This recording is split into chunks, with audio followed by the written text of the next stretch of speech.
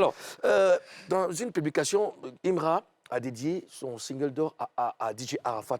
Pourquoi selon vous, Karina? Bah oui, c'est tout à fait normal. On n'a pas besoin de trop. Normal? Tu sais, après, oui, Imra, il a dit qu'il aimait beaucoup Arafat. Mais c'était dans la Yorugang. Non, mais c'est pas parce qu'il est dans la Yorugang qu'il doit forcément rendre hommage. Mais tu dis c'est normal. Mais c'est normal, parce que c'est ce que je vais Vas-y, je t'écoute. Il aime Arafat. Il a toujours dit qu'il aimait bien la niaque, la manière de faire d'Arafat.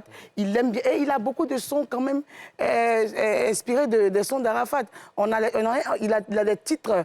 Yoruba Drill. Yoruba Drill. Il y a des trucs... Tu vois, il a les petits trucs des sons d'Arafat qu'il a utilisés. Je pense qu'il lui doit ça. C'est une reconnaissance pour quelqu'un qui l'a aimé, qui est un modèle aussi pour la musique ivoirienne, qui a envoyé d'abord, avant lui, Imra, qui a envoyé la musique ivoirienne au-delà des frontières. Et aussi parce que c'est quelqu'un avec qui il a voulu travailler, peut-être qu'il n'a pas eu l'occasion, ça ne s'est pas produit, mais je ne sais pas trop, mais je pense que c'est par rapport au fait qu'il se sent dans le mood d'Arafat. Il se sent dans le mood d'Arafat, comme il a l'habitude de le dire.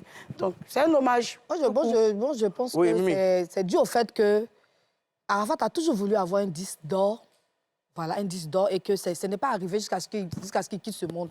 Et donc... Un single d'or. Bon, un single... Ouais, un album, une certification en France. Pas arrivé. Ouais. Et du coup, quand il a eu ce prix, cette certification, ses pensées sont parties directement vers Arafat. Et Karine a dit le fait aussi d'utiliser ses œuvres, tout ça, il y a tout ça aussi qui...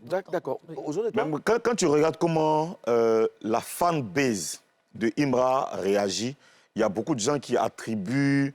je veux dire, il y a beaucoup de gens qui pensent que c'est carrément les Chinois qui sont transformés en ultra. Quand tu vois comment ils réagissent, quand tu vois comment ils manifestent leur amour pour Imra, et quand tu regardes bien l'histoire même, on a comme l'impression que Imra ne fait que poursuivre là où Arafat s'est arrêté. Il a pris le relais, il est en train de réaliser ce que Arafat aurait pu réaliser s'il était encore vivant. Et quand tu vois comment il vit sa musique, c'est une bonne inspiration de Et il y a une vidéo même où Arafat disait que Imra, que vous voyez là, il est en train de présenter Imra, il se passe dans une boîte de nuit, il a dit que celui-là, il va faire mal en Côte d'Ivoire ici. Arafat l'a dit. Tu vois? C'est une prophétie.